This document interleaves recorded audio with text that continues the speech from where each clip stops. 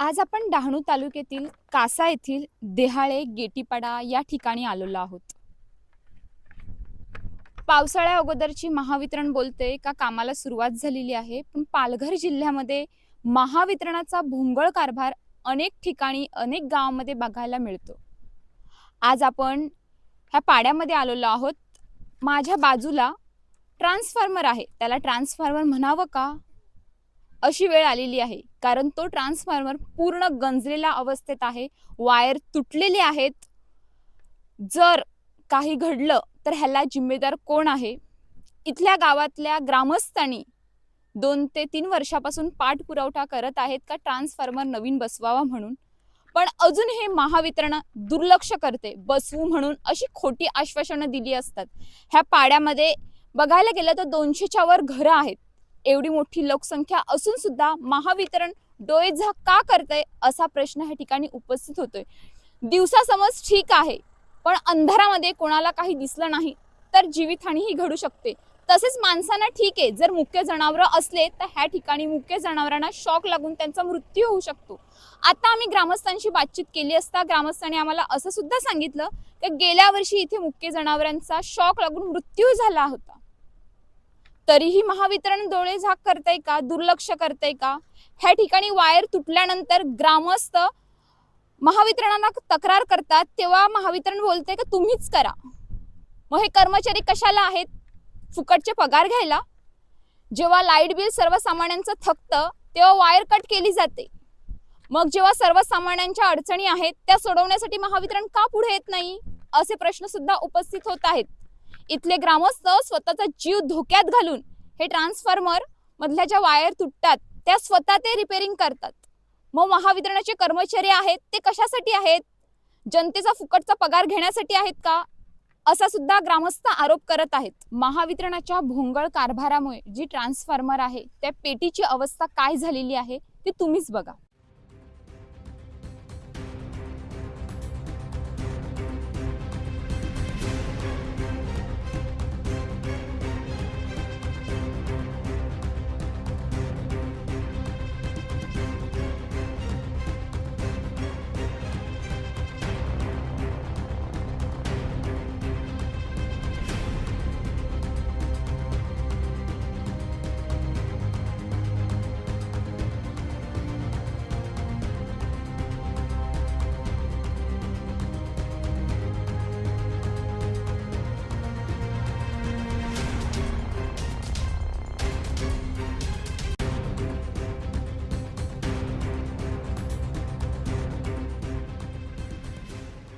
आपल्यासोबत ग्रामस्थ आहेत. ग्रामस्थांचा रोष आहे की जी ट्रान्सफॉर्मरची पेटी आहे ती अनेक वर्षापासून गंजलेली अवस्थेत आहेत. वारात ज्या वायर आहेत त्या सुद्धा तुटलेल्या आहेत, पण महावितरण जाणून बुजून दुर्लक्ष करते असा आरोप केलेला आहे. काय बोलणार ह्या वस्तुस्थितीबद्दल तुम्ही? या वस्तुस्थितीबद्दल आम्ही बोलू शकतो की 2 ते 3 वर्षापासून आम्ही ह्याची कर्मचाऱ्यांना पण कळवतो. ते सांगतात की इथं व्यवस्थित आहे व्यवस्थित आहे. तसेच कॉल केल्यावर ते सांगतात. आम्ही त्यांना कॉल केला तर व्यवस्थित आहे, आम्ही बघून गेलो आणि बोलतात की तुम्ही बघून घ्या. त्याच्यापुढं कॉल करून करून नंतर मग ते कॉल पण उचलायला तयार नसतात. असं वारंवार ते दुर्लक्षित करत आहेत. जेव्हा वायर तुटल्या जातात तेव्हा तुम्ही महावितरणाला फोन केला जातो, तेव्हा महावितरणाकडनं उत्तर काय येतं तुम्हाला? ते बोलतात की करू करू असे करून ते दुर्लक्ष करून सोडून देतात. जी वायर तुटलेली आहे, जळलेली आहे, त्याबद्दल काय बोलणार आहेत? त्याची इथल्या गुरांना आणि इथल्या लहान मुलांना याची खूप मोठी जीवितहानी होण्याची शक्यता आहे. तुम्ही पत्रव्यवहार केलेला आहे कित्येक वेळा, पण अजूनही पत्राची दखल घेतलेली नाहीये. नाही, आम्ही पत्रव्यवहार केलेले आहे, पण ते काय आणि त्यांची काही उत्तरं आलेली नाही मिळत. जेव्हा वायर तुटल्या जातात तेव्हा तुमची मुलंच तुम्ही एकत्र येऊन ना जी वायर आहे ती रिपेअरिंग करतात, मग त्या संदर्भात काय बोलणार आहेत?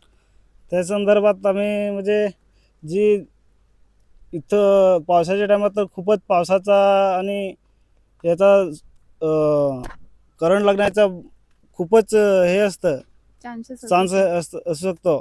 त्याच्यामुळे आम्ही कुठल्या तरी शिडीचा वापर किंवा खुर्चीचा वापर करून आम्ही ते दुरुस्त करत असतो. जेव्हा तुम्ही दुरुस्त करत असता तेव्हा तर वायर सुरू असते ना, लाईट, हा. मग तेव्हा काय बंद वगैरे ते- काय?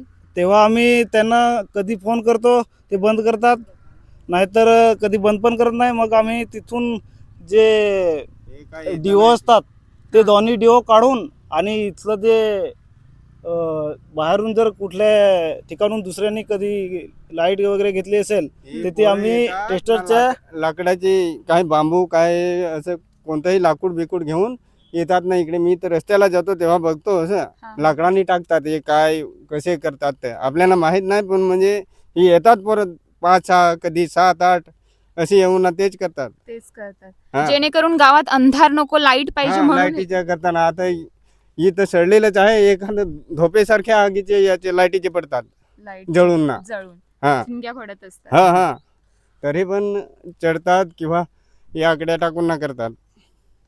ह्याला जे काही झालं तर मग ह्याला जिम्मेदार कोण असणार आहे? जिम्मेदार तर आता तेच राहील ना. पण आता आमची पोरं आमचा जीव धोक्यात घेऊन ना हे करतात, असं लाईट नसते त्याच्यामुळे. नसते. म्हणून तुम्हाला ट्रान्सफॉर्मर नवीन पाहिजे. पाहिजेत ना, नवीन पाहिजे असं. आता किती वेळात हे तक्रारी देत असतील, हा. पण यो दिलाच नाही अजून तर काय. तक्रारीची दखलच घेत नाही हा तुमच्या. हा नवीन तर जास्त करून नाही येत, पण म्हणजे दिवाळीच्या टायमाला हा पडतो ना, इथून ह्या सर्व पेटतंय. हा. गवत पेटलेलं गवत. असतं. आणि इथे तर हे शेत लोक शेत आवतात, हे करतात. हा. हा, ते पण जातं त्यांच्या.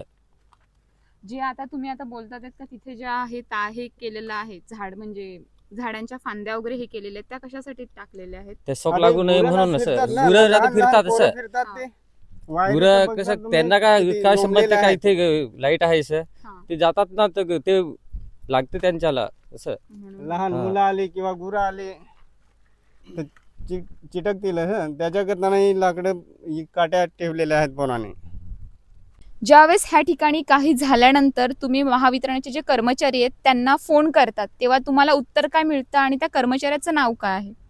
जे कर्मचारी आहेत ना तर त्यांचे नाव रवी तापसी म्हणून आहेत. ते शेजारी गावचेच आहेत. ते कधी येतात कधी नाही येत. त्यांच्या जोडला एक पांडू काय ना पांडू चौरे ते काका असतात. ते दोघे कधी येतात कधी येत पण नाही. कधी कॉल केला कधी उचलतील तर कधी उचलत पण नाही. असे ते पण करतात. माझे नाव आहे सुरेश गोविंद गुहे, दह्याळी गेठीपाडा. आमचा हा ट्रान्सपंप 5 ते 6 वर्ष झालीत, अजूनही त्याला महावितरण काही दाद घेत नाही. त्यासाठी आमच्या ग्रामस्थांची सगळ्यांची एक नोंदणी म्हणून नोंदणीसारखी नोंदणीच आहे ती, का आम्हाला त्वरित हा जरा ट्रान्सफर नवीन टाकून द्यावा. नाहीतर समजा स्वतः ग्रामस्थांनी हे वायर टाकायला आले आणि त्यांना शॉक वगैरे लागला तर ह्याला जबाबदार महावितरण राहील. गेटीपाड्यातील काही घरं आहेत त्या ठिकाणी मीटर तर आहे, लाईट तर येते, पण त्या ठिकाणी जी वायर गेलेली आहे ती झाडांचा आधार घेऊन ना त्या घरापर्यंत लाईट पोहोचलेली आहे. उन्हाळ्यामध्ये ठीक आहे, पण पावसाळ्यामध्ये सोसायटीचा वारा आल्यानंतर त्या ठिकाणी लाईट जात असते. महावितरणाचे कर्मचारी लाईट बिल तर घ्यायला येतात, पण त्या घरांसाठी लाईटचे पोलही बसवावे अशी तेथील ग्रामस्थांची मागणी आहे. काय बोलणार दादा तुम्ही?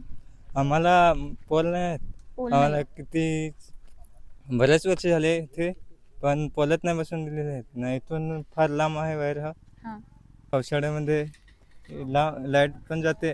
लाईट जाते म्हणून तुमची काय पोल पाहिजे? पोल पाहिजेत आहे.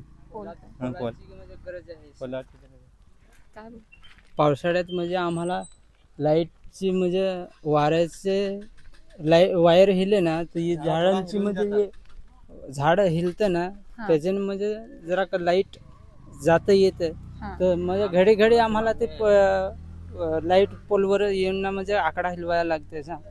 तुम्हाला मीटर आहे ना तुमच्या घरी? हो, मीटर आहे. मीटर आहे.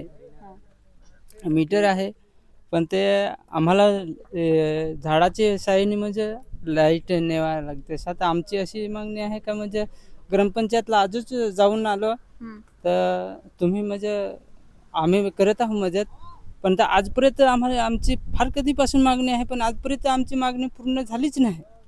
तुम्हाला पोल मिळालेच हा, नाही. आम्हाला पोल मिळालेच नाही. ग्रामस्थांना पावसाळा उन्हाळ्यामध्ये ह्या ट्रान्सफॉर्मरच्या पेटीमुळे जो त्रास होतो ती त्यांनी व्यथा आत्ताच मांडलेली आहे. त्यांची एकच मागणी आहे, पावसाळा अगदी काही दिवसांवर येऊन ठेपलेला आहे आणि महावितरण बोलतो पावसाळ्या अगोदरची कामं सुरू आहेत. मग हीच पावसाळ्या अगोदरची कामं सुरू आहेत का? ग्रामस्थांची आता कळकळीची विनंती आणि मागणी आहे की आमची दखल घेऊन ही ट्रान्सफॉर्मर आहे त्याची पेटी लवकरात लवकर नवीन बसवावी, जेणेकरून गुरांचा किंवा एखादी दुर्घटना घडू नये ह्यासाठी ह्या ठिकाणी पेटी बसवावी अशी यांची मागणी आहे. अशाच ताज्या बातम्यांसाठी आमच्या न्यूज पोलीस रिपोर्टर चॅनलला लगेच सबस्क्राईब करा आणि बेल आयकॉन दाबायला विसरू नका.